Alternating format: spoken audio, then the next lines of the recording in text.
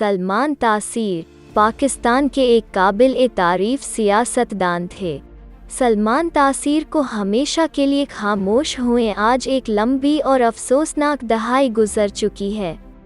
4 जनवरी पाकिस्तान के सूबा पंजाब के बाअसर गवर्नर सलमान तासीर के कत्ल की निशानदेही करती है, जो न सिर्फ एहतराफ पसंद आज़ाद ख्याल के थे बल्कि इंतहा पसंदी के एक मुतनाज़ा मुखालिफ और पाकिस्तान में मजहबी तौहीन रिसालत के मज़मून को मनसूख करने के एक बहादुर वकील भी थे।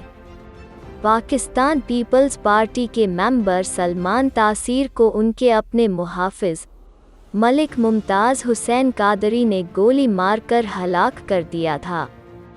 वो क्या था जिसकी वजह से सलमान तासीर की तशद्दुद मौत में पाकिस्तान ने अपने नाम पर एक और खूनरेज़ दाग लगाया?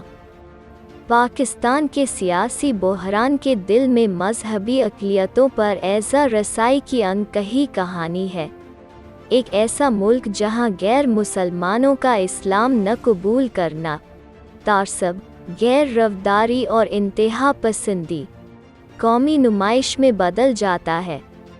सिर्फ इतना ही उनका कसूर था कि वो पाकिस्तान की तौहीन रिसालत के कानून के एक मुतनाज़ा मुखालिफ थे और उन्होंने मुसलसल तौर पर आसिया बीबी को दिफा किया और माफ़ करने का मुतालबा किया। आज भी यह रुझान बरकरार है। बहुत सी जिंदगियां ज़ाया हो चुकी हैं और अभी कोई गिनती नहीं है कि मज़ीद कितनी और जिंदगियां ज़ाया होंगी।